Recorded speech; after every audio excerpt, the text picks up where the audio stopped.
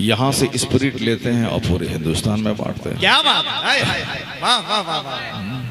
अल्लाह तबारक व तआला मुफ्ती साहब क़िबला की कब्र अनवर को मुस्तजाब दावत बना दे। बस सिर्फ इतना आप जान लें कि मेरी माँ बहन बेटियाँ यहाँ मौजूद हैं, बैठी हुई हैं, और हमारे बहुत सारे भाई यहाँ बैठे हुए हैं। मुफ्ती साहब सारी ज़िंदगी बिल्कुल एक दुर्वेश, एक फ़कीर बन के उन्होंने गुजार दी।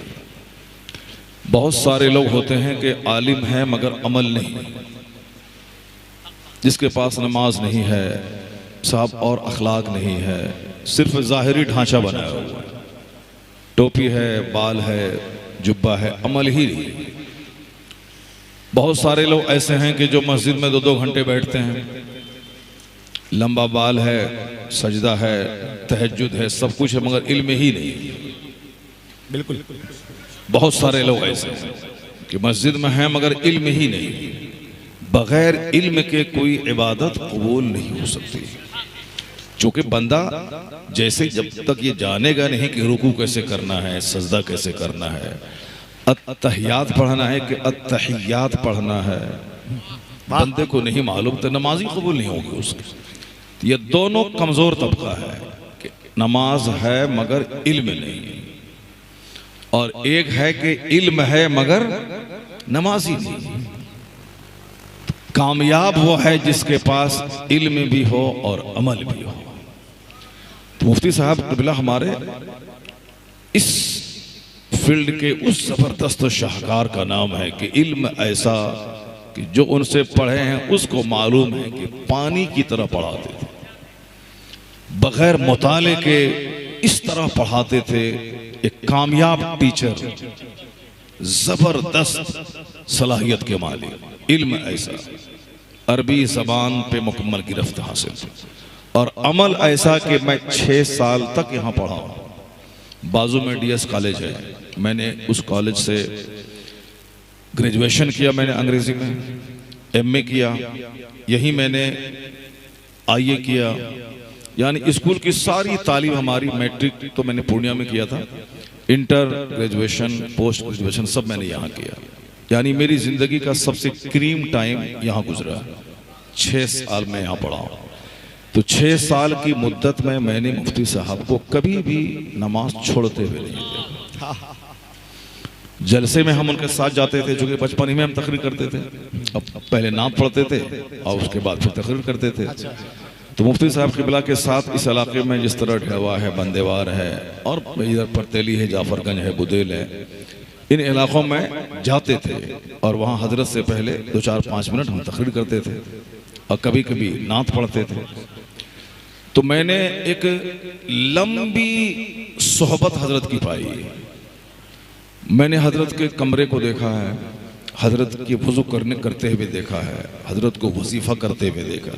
एक बार आप बाहर से प्रोग्राम से आए, चूँकि आप मुसाफिर थे, जब तक मदरा नहीं पहुँचते तब तो मुसाफिर ही रहते, तो मैंने हजरत की इमामत की है। मैंने कहा कि अब आगे तुम बढ़ के नमाज पढ़ाओ। क्या बात, वाह वाह। इस तरीके से मैंने बहुत दूर दराज भी गया और फिर यहाँ तो कंटिन्यू 6 साल मैंने पढ़ाई। लेकिन इतना जान लें कि आशिक़ रसूल, आरिफ बिल्लाह, सूफी बासफ़ा और सुन्नियत का दर्द रखने वाले एक जबरदस्त आलिम दीन का नाम। उन्होंने सिंपल लाइफ गुजारी, बहुत कीमती कपड़ा कभी नहीं पहना, बहुत कीमती कपड़ा हजरत ने कभी नहीं पहना। हाँ, सिंपल रहते। तो उनका सबसे बड़ा पैगाम यही है कि आप सब अपने घरों में दीनी माहौल पैदा करें, ईमान की हिफाजत करें, बदअकीदों और गुमराहों से हमेशा बचते रहें, अपने घर में फातिहा मिलाद का रिवाज कायम रखें अपने घरों में। ये रिवाज धीरे धीरे मिट रहा है। हर घर में महफिल मिलाद हो, हर हफ्ते में एक बार फातिहा शरीफ हो। मेरी माँ बहन बेटियां इस बात का खास ख्याल रखें, घर में फातिहा का रिवाज हो, महफिल मिलाद का रिवाज हो, ताकि सुन्नियत बाकी रहे। और मुफ्ती साहब क़िबला का सबसे बड़ा पैगाम यही था, पूरे इलाके में बदअकीदों से लड़ते रहे और बच्चों को लेके जुलूस मोहम्मदी निकालते रहे। आज इलाके में बड़े बड़े जुलूस निकल रहे हैं, हजारों लोग आ रहे हैं। मगर मुफ्ती साहब क़िबला उस ज़माने में तमाम बेइज्जती से दूर चंद बच्चों को लेके महफिले मिलाद करवाते और जुलूस मोहम्मदी करवाते, और कंटिन्यू मदरसे में 3 उर्स होता था। एक उर्स तैगी होता था, हमारे सूफी साहब के बैठे हुए, सारी जिंदगी मुफ्ती साहब मदरसे में उर्स तैगी करते रहे, और एक उर्स नूरी करते रहे, उर्स रज़वी करते रहे, सरकार आला हजरत का उर्स करते रहे, और जुलूस मोहम्मदी का एहतमाम करते रहे। तो मुफ्ती साहब की रूह को उस वक्त सच्ची खुशी मिलेगी जब आपका दीन, ईमान, अकीदा महफूज रहेगा। बेशक। अपनी बच्चियों की शादी कभी भी किसी बदअकीदा के यहाँ ना करें, वरना सारी जिंदगी निकाह तो होगा ही नहीं। जब निकाह ही नहीं होगा तो फिर क्या होगा वो आपको मालूम है, बच्चे कैसे होंगे। इसलिए बिल्कुल जबरदस्त ठोस सुन्नी सहीउल अकीदा, गरीब है चलेगा, 1 लाख महीना कमाने वाला कोई गुमराह बदअकीदा काफिर है, उसको बेटी ना दे करके 5000 रुपए कमाने वाले सुन्नी सहीउल अकीदा को अपनी बेटी दे। यही मुफ्ती साहब सारी जिंदगी संघर्ष करते रहे और बताते रहे, और नमाज की पाबंदी करते रहे, चूंकि क़यामत के दिन सबसे पहला सवाल नमाज का होगा। क्या बात है। सबसे पहला सवाल, सारी औरतें घर में नमाज का एहतमाम करें और सारे सुन्नी नमाज का एहतमाम करें। ऐसा नहीं कि हम सुन्नी हैं, चादर चढ़ाते हैं, बरेली शरीफ जाते हैं तो नमाज से माफ हो गई, नहीं। ईमान के बाद सबसे बड़ा फर्ज नमाज का होता है। और मुफ्ती साहब नमाज के जबरदस्त आमिल, सफर में, हजर में, घर में, कड़ाके की सर्दी में 4 बजे भोर में नहा करके मुफ्ती साहब नमाज पढ़ते थे। उनके बाल बच्चे, उनकी बीवी गवाह है कि किस तरह नमाज का वो एहतमाम करते थे। तो मुफ्ती साहब की रूह को सच्ची खुशी उस वक्त होगी जब आप अपने घरों में सारे लोग नमाज का एहतमाम करेंगे। मजार पे चादर चढ़ाना एक रस्म नहीं, सिर्फ एक चादर चढ़ी रहे बस, यही आला हजरत का पैगाम है। चादरों की बाड़ लगाना, चादर चढ़ाने की रस्म, यह कोई अच्छी रस्म नहीं। आला हजरत ने लिखा है कि सिर्फ एक चादर चढ़ी रहे बस। शकरपाला का ढेर लगा देना ये अकीदत नहीं, अगरबत्ती का ढेर लगा देना ये अकीदत नहीं, मुर्गा ज़बह करना ये नहीं। अलबत्ता कोशिश करें कि हर जुमेरात के दिन अगर नजदीक और आसपास के लोग हैं तो जो दुआ आपके घर में कबूल नहीं होगी वो दुआ इस फकीर के आस्थाने पे कबूल होगी। क्या बात है, माशाअल्लाह, वाह वाह वाह, सुभान अल्लाह। जब भी आप मुसीबत और संकट में पड़े तो दुआ करने के लिए यहाँ आ जाएं, क्योंकि अल्लाह का नेक बंदा जहाँ आराम करता है वहाँ दुआ कबूल होती है। अल्लाह तबारक व तआला आप सबों को इनके आस्थाने पे हाजिरी देने का अदब अता फरमाए। हमने आजमाया भी है और देखा भी है, और हमारी आदत भी है, जिस शहर में जाते हैं वहाँ अल्लाह के वली का मज़ार होता है तो मैं कोशिश करता हूँ कि वहाँ हाजिरी दूँ। जितने बड़े बड़े मज़ारात हैं कस्तन वहाँ हाजिरी के लिए जाते हैं, चाहे सरहिंद शरीफ हों, अजमेर शरीफ हों, कलियर शरीफ हों, बरेली शरीफ तो खैर आना जाना लगा रहता है। दुआ जब अपने घर में कबूल नहीं हो, आला हजरत ने लिखा है कि मक्का में, मदीना में, अरफात में, मुजदलफा में, मीना में दुआ कबूल होती है। तो एक जगह हिंदुस्तान में है जहां दुआ कबूल होती है, वो गरीब नवाज का रोज़े पुरनूर है, तो वहां दुआ कबूल होती है। और मेरा तजर्बा है कि आला हजरत के मज़ार पे भी बहुत दुआ कबूल, क्या बात है, सुभान अल्लाह, सुभान अल्लाह। और ताजुश शरिया की कब्र पे भी दुआ बहुत कबूल होती है। और मेरा ये भी ज़ाती तजर्बा है कि मुफ्ती साहब क़िबला चूंकि एक बाअमल आलिम दीन, उसी को वली कहते हैं, जो बाअमल आलिम है वो वली है। तो उसके लिए आसमान में उड़ना, समंदर पे चलना या अजूबा कोई काम करना जरूरी नहीं।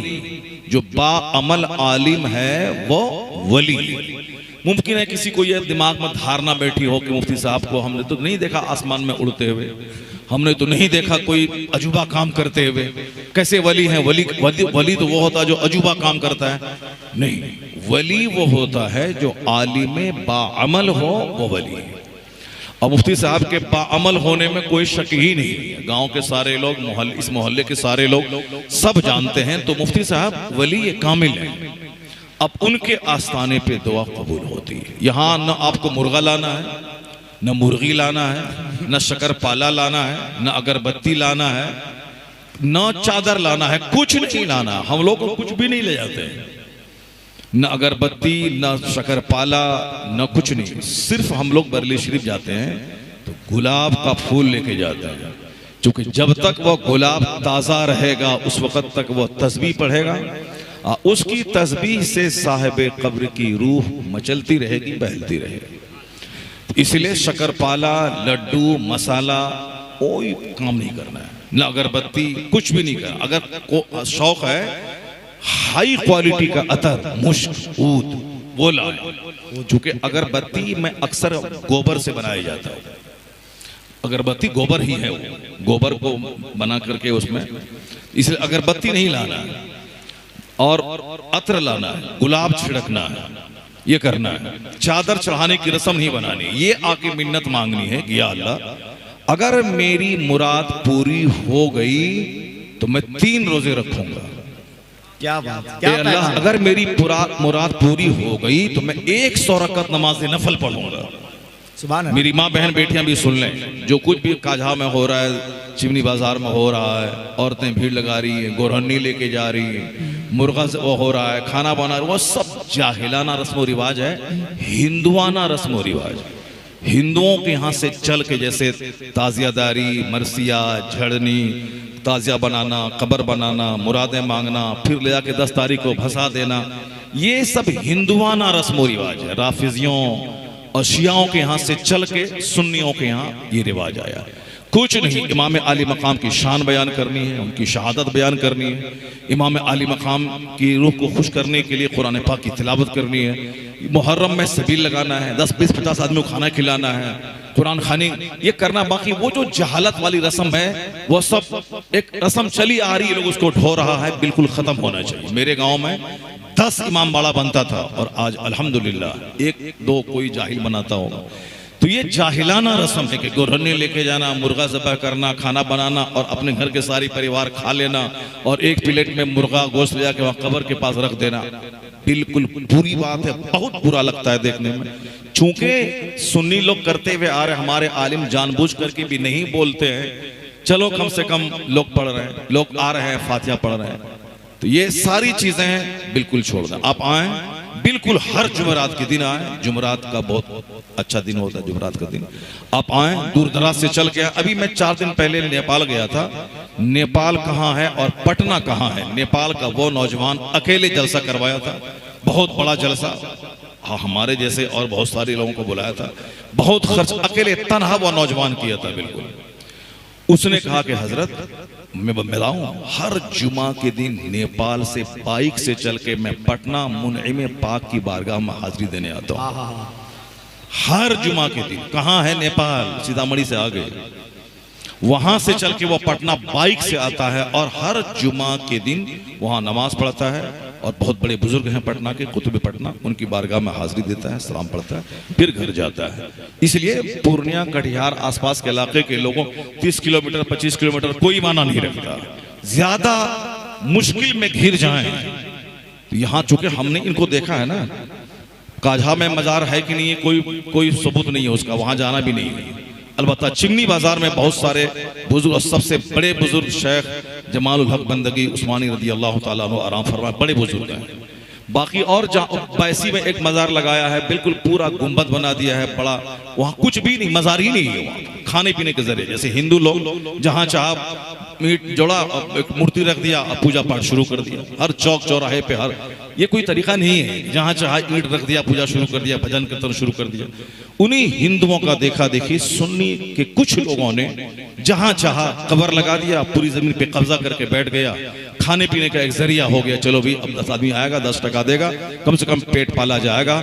आला हजरत ने लिखा है कि जिस मजार के अंदर साहिब मजार नहीं हो, उस मजार पे जाना, असल मजार की तरह मामला करना हराम है, सख्त हराम। तो एक हराम और नाजायज काम, यानी जहां भी फर्जी और नकली मजार है वहां बिल्कुल नहीं जाना, हराम है वहां जाना।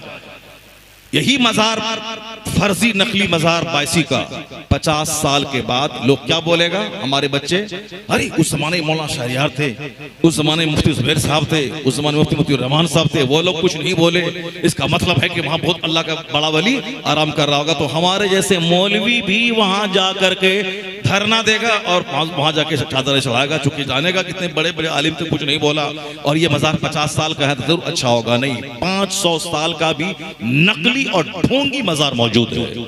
उन नकली मजार पे जाना हराम है। लेकिन ये तो देखा भाला है।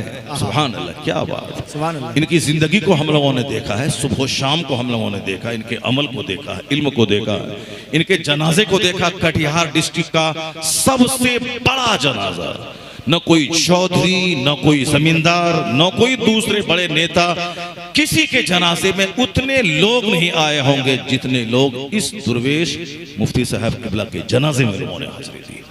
एक जनाजा बरेली शरीफ में ताजु शरिया का था, एक जनाजा कटिहार लेवल पे, आसमांचल लेवल पे सबसे बड़ा जनाजा मुफ्ती साहब किबला का था। सबने अपनी आंखों से देखे, देखा भाला है, कोई नकली नहीं, कोई ढोंगी नहीं। ऐसा नहीं कि आए अपना लिबास पहना, जाहिर में कुछ है अंदर में कुछ है, जाहिर में साहब वली बन रहे हैं और अंदर कमरे में मोबाइल चला करके साहब कुछ से कुछ देख रहे हैं। नहीं नहीं, इस फकीर को मैंने 6-7 साल देखा, वो तो पढ़ने के ज़माने में, और उसके बाद तो 20 साल तो मैंने देखा, चूँकि हम उनके दामादी हो गए तो आना जाना रहा। और यहाँ तालिब इल्म मेरे उस्ताद भी हैं, मेरे पीर भी हैं और मेरे ससुर भी हैं, तीनों एक संबंध हमारा है। और मैंने हर एंगल से देखा है, लाजवाब पाया है। जो अंदर में था वही जाहिर था, जो बातिन में है वही जाहिर में है। इसलिए अब कोई अगरबत्ती शक्करपाला नहीं, आप 30 किलोमीटर दूर से चल के यहाँ आए, फातिहा पढ़ें, उनके लिए सवाब पहुंचाएं, उनके वसीले से अपने लिए दुआ करें। मेरा दावा है, मेरा यकीन है, अल्लाह की रहमतों से उम्मीद है कि अल्लाह ताला आपकी नीयतों को देखता है। जो मुश्किल कहीं हल ना हो, यहाँ दुआ करें, अल्लाह मुश्किल को आसान फरमा देगा इंशाअल्लाह। बातें बहुत सारी हो सकती थी, लेकिन जो मैंने कहा आपसे, बहुत कीमती बातें मैंने आप तक पहुँचा दी। आज का जलसा बड़ा कामयाब, मुफ्ती मसीहुद्दीन हशमती साहब की तकरीर भी बड़ी ज़बरदस्त रही और नात खानी भी बड़ी अच्छी रही।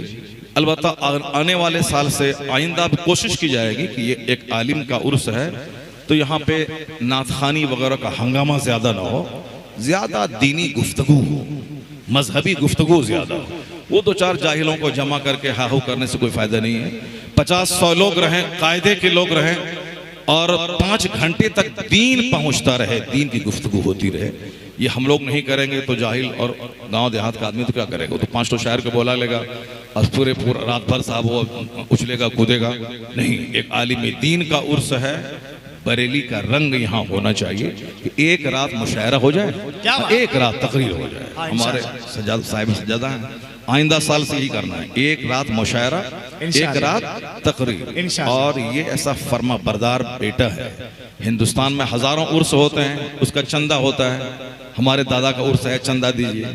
ये वाहिद उर्स है जिस उर्स की रसीद नहीं छपी थी, जिस उर्स का चंदा नहीं होता। ये सारा पिंडाल, सारा स्टेज डेकोरेशन, महंगा शायर, महंगे खतीब, ये और फिर इतने लोगों के खाने का इंतजाम, सब मुफ्ती साहब की दुआ जिनके साथ सबसे ज्यादा है।